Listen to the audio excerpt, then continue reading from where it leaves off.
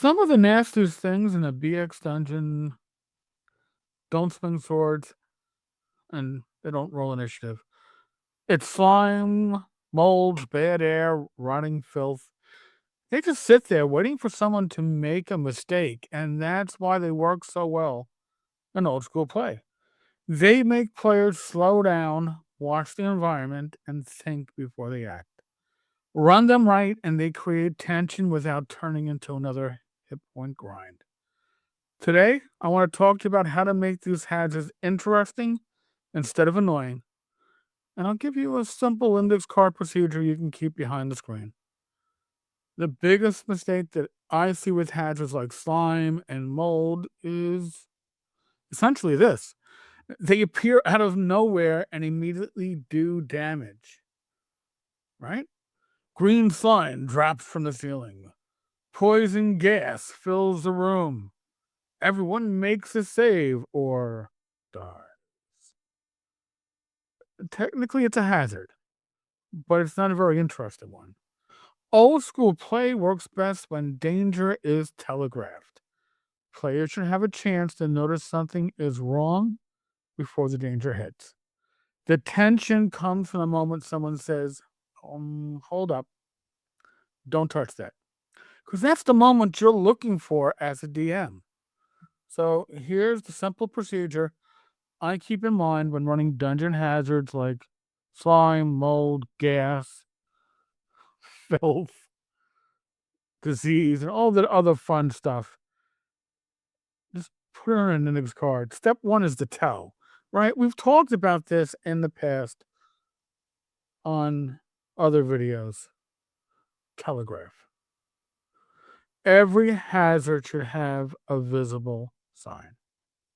Something the players can smell, see, hear. A ceiling dripping thick green slime is a tell. If their first noticing of it is when the slime drips on their head, that's not a tell. Powdery mold growing on her chest, the smell of rotten eggs in a corridor, a floor coated with slick black filth. The tell is a warning sign. Careful players notice it. Then you have the trigger. What actually sets it off? Some hazards trigger by touch, others trigger by disturbance. A mold cloud might release spores when brushed. A slime might drop when heat or light gets close. Gas might ignite if someone lights a torch. You don't need complicated rules. Just think in terms of cause and effect. Players interact with the dungeon, and the dungeon reacts. Then the effect. This is what happens when the hazard goes off, right? Most classic effects, they fall into a few categories. Some people will say buckets. But, well, I guess if it's slime, it would be a bucket, potentially. It's damage over time, right? Or it's poison or sickness. Or it's paralysis or choking. Or it's save or die. Or it's equipment damage. The key thing is that the hazards often linger. A slime keeps spreading. Gas fills the air. Spores hang in the room. Now the environment itself becomes the encounter. And now, what about containment? Because that's where the fun happens, right? Players should have ways to deal with a hazard that aren't just about taking damage. What do I mean? Well, they can burn the mold, they can scrape off the slime, they can vent the gas, throw sand or oil on something foul. Creative problem solving should work. That's the whole point. So we'll give you the in-play example. Let's say the party enters an old storage chamber. You describe broken crates, Damp stone, patches of pale yellow mold creeping along one wall. That's the tell.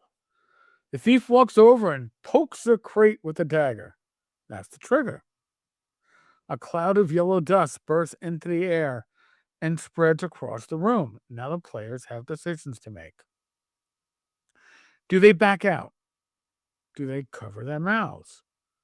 Do they burn it?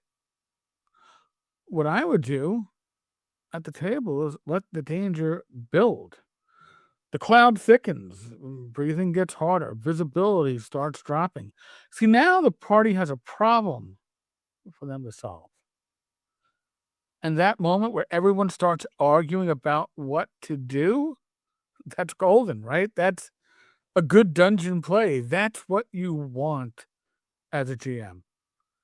So, once you start using hazards regularly, they start to feel like part of the dungeon's ecosystem.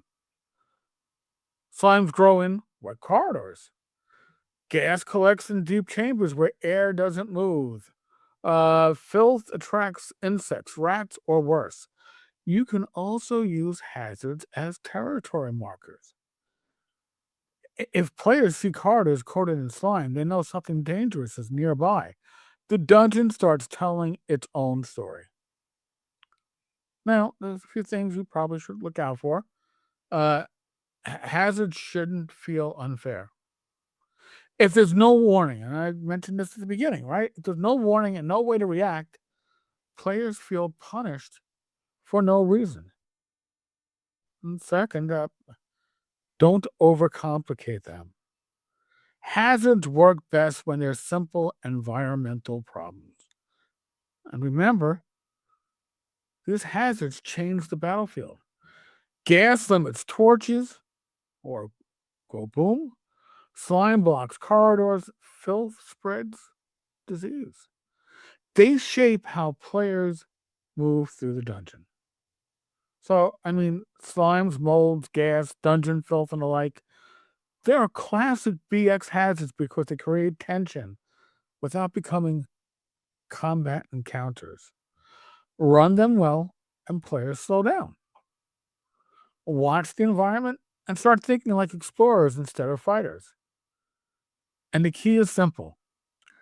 Give the hazard a tell, a trigger, an effect, and a way to contain it. And that fits on an index card. For some of us, it probably still fits up here, but in any case, it'll make your dungeon feel more alive. If you enjoy practical OSR tools like this, subscribe to the channel. And if you are part of the Tavern's Minions membership, thank you for keeping the lights on at the Tavern. It literally means everything. Thank you, and God bless.